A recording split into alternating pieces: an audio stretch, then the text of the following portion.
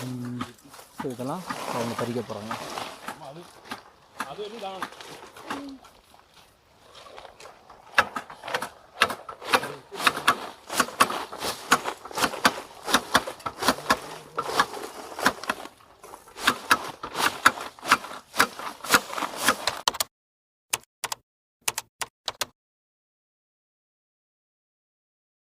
Hi friends, welcome to our channel.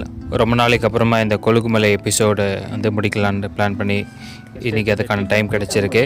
So இதுதான் final episode. இந்த எபிசோடில் வந்து பார்த்திங்கன்னா டீ எஸ்டேட் வந்து சுற்றி பார்க்க போகிறோம். ஸோ இந்த டீ எஸ்டேட் வந்து பார்த்திங்கன்னா இங்கே இருக்கக்கூடியது ஒரு மிக பழமையான ஒரு டீ எஸ்டேட்டுங்க. இது வந்து பழையங்காலத்து மிஷின்ஸை வச்சு தான் வந்து இன்ன வரலும் வந்து ரன் பண்ணிகிட்டு இருக்காங்க. இங்கே இருக்கிற இந்த கொலுக்குமலை டீ எஸ்டேட் அப்படின்றதுனாலே வந்து இந்த கொலுக்குமலைக்கே ரொம்ப பிரசித்தி பெற்றது. இந்த எஸ்டேட் வந்து நான் 2வது டீ எஸ்டேட்டை சுற்றி பார்க்குறேன். இதுக்கு முன்னாடி வந்து கண்ணந்தேவன் டீ எஸ்டேட் மூணாரில் இருக்கிறத நான் வந்து பார்த்துருக்கேன். இந்த கொலுக்குமலை எஸ்டேட்டுன்றது 2வதாக பார்க்குறது. இது ரெண்டுத்துக்குமே வந்து நிறைய வித்தியாசம் இருந்தது. அவங்க பராமரிக்கிற முறை, அவங்க ப்ராசஸ் பண்ணுற அந்த டீ பவுட்ரு, அது எல்லாமே வந்து மாறுபடாத விஷயமா இருந்தது. ஏன்னா ஒரு எஸ்டேட்டில் பார்த்திங்கன்னா வந்து முனையான இலை, அதாவது துளிர் இலைகளை வந்து கிள்றாங்க. இன்னொரு எஸ்டேட்டில் வந்து பார்த்தோம் அப்படின்னா வந்து முதிர்ச்சியான இலைகளை வந்து கிள்றதா வந்து சொல்லியிருந்தாங்க. ஸோ அதுக்கு காரணம் வந்து பார்த்திங்கன்னா அவங்க செய்யக்கூடிய அந்த பதப்படுத்தல்ன்ற ப்ராசஸ் வந்து வேறுங்க. சரிங்க. டீ இலை வந்து எத்தனை நாளைக்கு ஒரு முறை பறிப்பாங்கன்னு தெரியுமாங்க? 15 நாளைக்கு ஒரு முறை வந்து பறிப்பாங்கங்க. ஸோ அப்போ தான் வந்து அடுத்த 15 நாளைக்கு வந்து அந்த இலை துளிரெல்லாம் வந்து வளரும். வளர்ந்ததுக்கப்புறம் அந்த வளர வந்து அந்த துளிரை வந்து ஒரு சில எஸ்டேட்டில் நான் முன்னாடியே சொன்ன மாதிரி வந்து பறிப்பாங்க. சில எஸ்டேட்டில் முதிர்ந்த இலைகளை வந்து பயன்படுத்துகிறாங்க.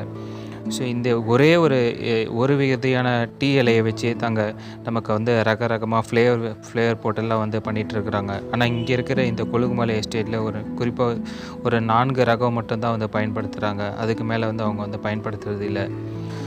எவ்வளோ டீ இலை பறித்தா 1 கிலோ பவுட்ரு வரும் அப்படின்றது வந்து தெரியுமாங்க? சரிங்க, 1 கிலோ விடுங்க. இங்கே இவங்க இருக்கிற டீ எஸ்டேட்டில் இவங்க என்ன பண்ணுறாங்க அப்படின்னா 1000 கிலோ டீ இலை பறித்தாங்க அப்படின்னா அதை பவுட்ரு பண்ணுறதுக்கு வந்து 350 கிலோவாக தான் வந்து பவுட்ராக வரும் அப்படின்றத இவங்க தெரியப்படுத்தியிருக்கிறாங்க. இப்போ நீங்கள் பார்க்குறது எல்லாமே இது வந்து விதவிதமான ரக டைப்புங்க. அதாவது நம்ம சொல்கிறோம் இல்லையா, க்ரீன் டீ, அதுக்கப்புறமா வந்து டஸ்ட்டு டீ, பவுடர் டீ, அந்த மாதிரி சொல்கிறோம் இல்லையா. இங்கே பார்த்தீங்கன்னா இவங்க அதிகமாக வந்து எஃப்ஓபி, அதுக்கப்புறமா இந்த க்ரீன் டீ, இந்த ரகத்தை வந்து அதிகமாக இங்கே வந்து அவங்க ப்ராசஸ் பண்ணுறாங்க. ஒயிட் டீ அப்படின்றது கூட இருந்தது. அங்கே போய் கேட்கும்போது தான் அது வித்தியாசமாக இருந்தது. ஒயிட் டீன்றது வந்து பார்த்தோம் அப்படின்னா அந்த டீக்கான கலரே வந்து தெரியாமல் இருக்குமாங்க. இப்போ உதாரணம் நம்ம டீ தூள் பார்த்தோம் அப்படின்னா ப்ரௌன் கலர், இல்லைன்னா ரொம்ப பவுடராக ஜாஸ்தியாக போடும்போது பிளாக் கலராக தெரியும். ஆனால் இந்த ஒயிட் டீன்னு அவங்க சொல்லக்கூடிய இதில் வந்து பார்த்தோம் அப்படின்னா அந்த கலர் இல்லை அப்படின்ற மாதிரி சொல்கிறாங்க. ஏன்னா அது நேச்சுரலாக வரும் அப்படின்ற மாதிரி வந்து தெரியப்படுத்துகிறாங்க. நாங்கள் போன சமயத்தில் பார்த்திங்கன்னா அந்த டீ ஃபேக்ட்ரியில் அந்த காய வைக்கக்கூடிய அந்த ப்ராசஸ், அந்த மிஷின் மட்டும் பழுதடைஞ்சதுனால வந்து அவங்களால அங்கே கம்ப்ளீட்டாக ஒரு லைவ் டீ ஃபேக்ட்ரி எப்படி ரன் ஆகுதுன்றது அவங்க சொல்ல முடியல. பட் அதற்கான எல்லா ப்ராசஸையும் வந்து காமிச்சாங்க. முதல்ல இந்த டீ இலை பறிச்சுட்டு வந்து அதை காய போடுறது, அதுக்கப்புறமா அதை வந்து அலசுறது, அதுக்கப்புறமா அலசுனதை வந்து மறுபடியும் வந்து இந்த மிஷினில் போட்டு வந்து அரைக்கிறது, அரைஞ்சது வந்து வெளியே தூளாக வர்றது, அந்த தூளை வந்து மறுபடியும் ஆற வச்சு திருப்பி வந்து ஒரு டப்பாவில் வந்து போட்டு அடைக்கிறது. இந்த மாதிரி பல்வேறு விதமான ப்ராசஸ் வந்து அவங்க அங்கே வந்து எங்களுக்கு சொன்னாங்க. ஒரு ப்ராசஸும் வந்து சொல்லும் போது வந்து ரொம்ப ஒரு ஆச்சரியமாகவும் பிரமிக்கத்தக்க விஷயமா இருந்ததுங்க. இந்த டீ மிஷின்ஸ் எல்லாம் பார்க்குறதுக்கு எவ்வளோ பழசுன்றதுக்கு ஆதாரமாக அங்கே இருக்கக்கூடிய அந்த ஆப்ரேட் பண்ணக்கூடிய அந்த சுவிட்சஸ்ஸு, அதுக்கப்புறம் அங்கே இருக்கக்கூடிய லைட்ஸு, இதெல்லாம் பார்த்தாலே தெரியுது அவங்க வந்து எவ்வளோ பழசுன்னு. கிட்டத்தட்ட வந்து 100 ஆண்டுக்கும் பழசாக வந்து அப்படின்றதா சொல்கிறாங்க. ஏன்னா வந்து 3 தலைமுறை வந்து ஒரே குடும்பத்தை சார்ந்தவங்க வந்து இந்த டீ ஃபேக்ட்ரி வந்து ரன் பண்ணிட்டு வரதா வந்து சொல்லியிருக்காங்க. இதனுடைய பழமை மாறக்கூடாதுன்றனால இங்கே ஒரு ஃபேக்ட்ரியும், இதுக்கு அடுத்ததாக இன்னும் கொஞ்சம் தூரத்தில் வந்து பார்த்திங்கன்னா நவீன மிஷின்ஸ் கொண்டு ரன் பண்ணுற மாதிரி இன்னொரு ஃபேக்ட்ரியை வந்து அவங்க பயன்படுத்துகிறதா வந்து தெரியப்படுத்துகிறாங்க. நாங்கள் அங்கே ரொம்ப மிஸ் பண்ணது அப்படின்னு பார்த்தோம் அப்படின்னா இந்த மிஷின்ஸ் எல்லாம் எப்படி ரன் ஆகுதுன்றதை லைவாக பார்க்கணும் ஆசைப்பட்டோம். ஆனால் நாங்கள் போன சமயத்தில் வந்து அதுக்கான வாய்ப்பு கிடைக்கல.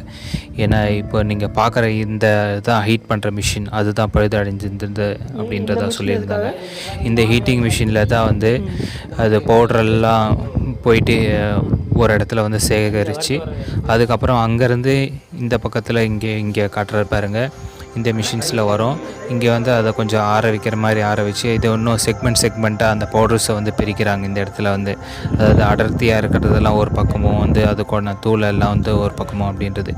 இது ஆர்கானிக் டீ ஃபேக்ட்ரின்றனால இங்கே அவங்க என்ன வித்தியாசம் பண்ணுறாங்கன்னு பார்த்தீங்கன்னா, இங்கே அவங்க விளையக்கூடிய அந்த டீ செடிக்கு எல்லாத்துக்கும் வந்து அந்த டஸ்ட்டாக மீறுறது இல்லையா, அந்த வேஸ்ட் பவுடர்ஸு, இதை வந்து அவங்க அதே செடியில் வந்து போயிட்டு உரமாக வந்து அதை பயன்படுத்துகிறாங்க. ஸோ இதுக்கு எந்த ஒரு ஃபெர்டிலைசர்ஸ் இல்லைன்னா ஒரு கெமிக்கல்ஸும் வந்து யூஸ் பண்ணுறது இல்லை அப்படின்றத அவங்க தெரியப்படுத்தியிருக்காங்க. அதனாலேயே வந்து இங்கே இருக்கிற இந்த கொலுகுமலையோட டீ பவுடர் வந்து ரொம்ப ஃபேமஸ்ன்றதை சொல்கிறாங்க. அதேமாரி இவங்க அதை அதிகமாக வெளி மாநிலங்களுக்கு வந்து அனுப்புறது இல்லை அப்படின்றது. ஏன் அப்படின்னு கேட்டிங்கன்னா, அங்கே இருக்கக்கூடிய அந்த உள்ளூர்வாசிகளுக்கு வந்து அங்கே இருக்கக்கூடிய கடைங்களுக்கும் வந்து சப்ளை செய்கிறதுக்கே அவங்களுக்கு கரெக்டாக இருக்குது அப்படின்றத வந்து அவங்க தெரியப்படுத்துகிறாங்க. எஃப்ஓபி அதுக்கப்புறமா வந்து பிஓபின்றது தான் 2 ரகமாக வந்து இங்கே அதிகமாக சொல்கிறாங்க. இந்த எஃப்ஓபின்றது ஒன்று வந்து ஸ்ட்ராங்கான கேட்டகரியும், இந்த பிஓபின்றது வந்து பார்த்திங்கன்னா லைட்டான கேட்டகரி அப்படின்ற மாதிரி வந்து அவங்க தெரியப்படுத்துகிறாங்க. இப்போ நம்மலாம் பிளாக் டீ வந்து நீங்கள் யூஸ் பண்ணுறீங்க அப்படின்னா வந்து போடுறீங்க அப்படின்னா, நீங்கள் அதுக்கு நார்மல் டீக்கு 1 ஸ்பூன் போட்டிங்கன்னா இதுக்கு அரை ஸ்பூன் போட்டாலே போதுங்க பிளாக் டீக்கு வந்து. அதேமாரி அந்த கலர் கிடைக்கணும் அப்படின்னா அவங்க சொல்கிற அந்த லெவலில் ரேஷியோ அப்படி யூஸ் பண்ணால் மட்டும்தான் வந்து அந்த கலர் வந்து கிடைக்கும். இல்லை அப்படி நிறைய பேர் வந்து நீங்கள் போட்டிருப்பீங்க, வீட்டில் பிளாக் டீ போட்டிருப்பீங்க, அது ரொம்ப கசப்பு தன்மையாக இருக்கும், இல்லைனா உங்களுக்கு கலர் கிடைக்காமல் இருக்கும். அது காரணம் என்னென்னு பார்த்தீங்கன்னா, நீங்கள் போடக்கூடிய அளவு வந்து கம்மியாக போடணுங்க. கம்மியாக போடும்போது அதனுடைய கலரும் கிடைக்கும், அந்த டேஸ்ட் எசன்ஸும் வந்து கிடைக்கும். அதேமாரி லெமன் டீ பயன்படுத்தும் போது 2 ட்ராப் லெமன் அவங்க புழிஞ்சு விட்டுக்கிறாங்க. இந்த ஃபேக்ட்ரிக்கு வெளியே வந்து பார்த்திங்கன்னா சேல்ஸ் அவுட்லெட் இருந்ததுங்க. அந்த சேல்ஸ் அவுட்லெட்டில் எங்களுக்கு அங்கேயே வந்து அவங்க அந்த டீயை வந்து எங்களுக்கு போட்டு கொடுத்தாங்க, இந்த பிளாக் டீ அப்படின்றதுக்கு.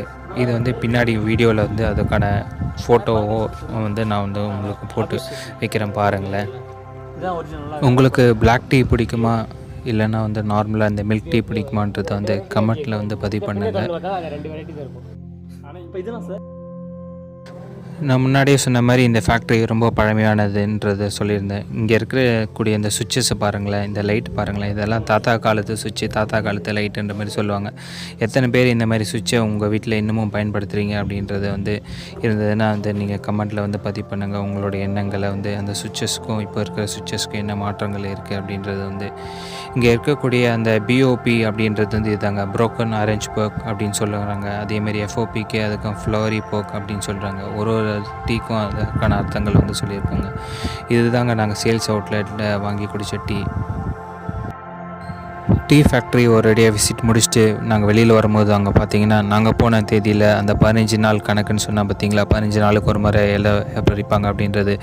நாங்கள் அதை வந்து அங்கே லைவாக பார்க்க முடிஞ்சுது. இங்கே இவங்க பார்த்தீங்க அப்படின்னா கையில் பறிக்காமல் இங்கே ஒரு கத்திரி மாதிரி வச்சுருக்கிறாங்க. கத்திரி அதற்கான ஒரு இலை சேகரிக்கிறதுக்கான ஒரு மிஷின் மாதிரின்ற சொல்லலாம். இது ஒரு மேனுவல் கட்டிங் மிஷின் கூட சொல்லலாம். ஸோ இதை வச்சு தான் அவங்க வந்து பறிக்கிறாங்க. இவங்க பார்த்தீங்கன்னா முதிர்ந்த இலை இல்லாமல் அந்த இளம் பிஞ்சின்னு சொல்கிறாங்க இல்லையா, அந்த இளங்கன்று அந்த இலைகளை தான் இங்கே பறிக்கிறாங்க. ஸோ இதெல்லாம் பறிச்சுட்டு போயிட்டு ஒரு தனியான ஒரு இடத்துல வந்து அவங்க அதெல்லாம் சேகரித்து மொத்தமாக அதை வந்து ஒரு மூட்டையில் கட்டி கொண்டு போயிட்டு அதுக்கு நெக்ஸ்ட்டு ப்ராசஸ்க்கான ஒர்க்கை வந்து அவங்க ஸ்டார்ட் பண்ணுறாங்க. இதுதாங்க நான் கடந்து வந்த அந்த பாதை. டீ ஃபேக்ட்ரிக்கும் இந்த எஸ்டேட்டுக்கும் இருக்கிற தூரம் பாருங்களேன். இந்த டீ எஸ்டேட் அப்படின்றது பார்த்தோம் முன்னாடி எபிசோட் 1 எபிசோட் 2லெல்லாம் வந்து சொல்லியிருப்பேன். கிட்டத்தட்ட இது வந்து 1000 ஹெக்டேருக்கும் மேலே இருக்குது அப்படின்றத வந்து அங்கே குறிப்பிட்டிருக்காங்க. ஸோ நாங்கள் வந்து பார்த்தது அப்படின்றது ஒரு சில பகுதிகள் தான். இந்த சில பகுதிகள்லேயும் வந்து தனித்தனியாக கான்ட்ராக்ட் எடுத்து நடத்துகிறாங்க அப்படின்றத வந்து அங்கே பார்க்கும்போது எங்களால் புரிஞ்சிக்க முடிஞ்சுது. ஏன்னா எல்லா பகுதியை வந்து ஒருத்தரால் மெயின்டைன் பண்ணுறது கஷ்டம் அப்படின்றதுனால ஒரு முக்கிய பங்கை மட்டும் இந்த கொலுக்குமலை டீ எஸ்டேட் அப்படின்றவங்க அவங்க மெயின்டைன் பண்ணுறாங்க. ஓகே ஃப்ரெண்ட்ஸ், இந்த வீடியோ உங்களுக்கு பிடிச்சிருக்குன்னு நினைக்கிறேன். உங்களோட பொன்னான நேரத்தை என்னோட ஸ்பெண்ட் பண்ணதுக்காக நன்றி. இந்த வீடியோ பிடிச்சிருந்துன்னா லைக் பண்ணுங்கள், சப்ஸ்கிரைப் பண்ணுங்கள், ஷேர் பண்ணுங்கள். மீண்டும் இன்னொரு வீடியோவில் சந்திப்போம். Bye friends.